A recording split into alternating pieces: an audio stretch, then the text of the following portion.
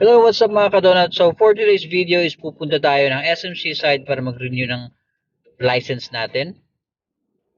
And ayan na nga, naka-ready na yung requirements natin and hopefully hindi umulan. So ang requirement is ang exam through online and ang photocopy ng license nyo. Yan na nga, and ready na si Samantha. So hopefully nga hindi talaga umulan ngayon. Tara mga kadonat.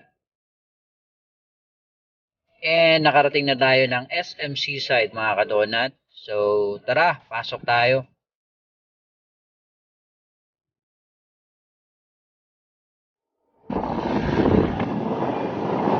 Dito na tayo sa SM mga kadonat. Let's go. Hanap na tayo ng parking.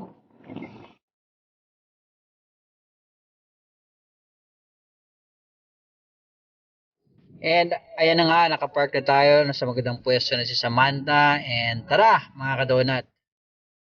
Let's go.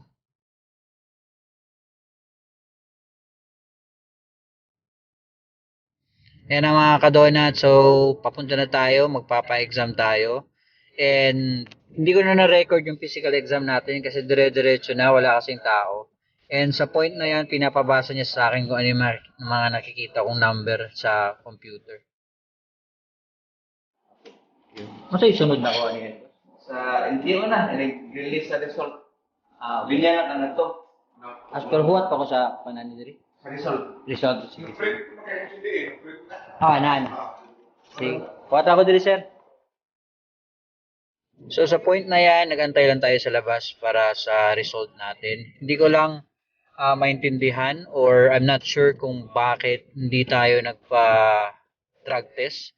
Ito na ba talaga yung process ngayon? So, let me know mga kadonat. And yan, medical fee natin is 600 pesos. Yan yung step 1 pagdating nyo sa SMC side. After nyo makuha yung result, didiretso na kayo sa LTO. And ito yung step 2 mga kadonat. So, pipila kayo dyan. But before that, tingnan muna natin ang view dito sa SMC side. Alright, so pipila kayo tapos papasok kayo dyan. Bibigyan kayo ni guard ng form. So, i-fill out nyo yun. Lalagay nyo kung magpaparenew ba kayo, magpapachange ng address. Yan mga kadonat. So, basic information ibibigay nyo. Tapos, pipila na kayo. Again.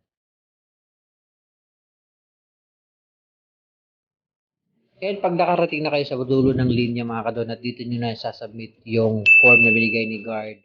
Ang plastic license nyo, photocopy of your plastic license, and yung online exam.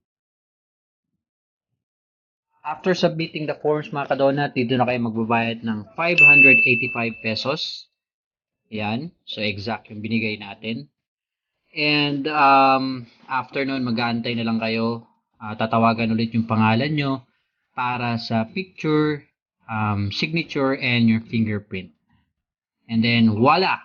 Ayan na mga kadonat. Hindi tayo umabot ng 3 oras dyan. So, madali lang talaga yung process.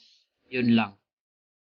Alright mga kadonat. So, papunta na tayo sa parking. Puntahan na natin si Samantha. Let's go. And ayan na nga mga kadonat. So, pauwi na tayo. And the question is, kung nakuha ba natin ng 10 years na privilege bago makapag-renew ulit? Well, hindi.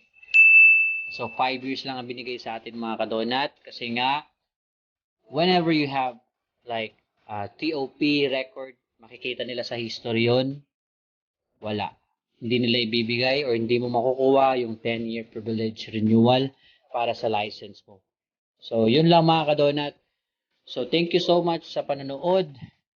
Hope to see you again on my next video mga kadonat. So, always pray before you ride, mapamotor, kotse, or bisikleta man ang gamit yung mga kadonat. And on to the next one. Peace out.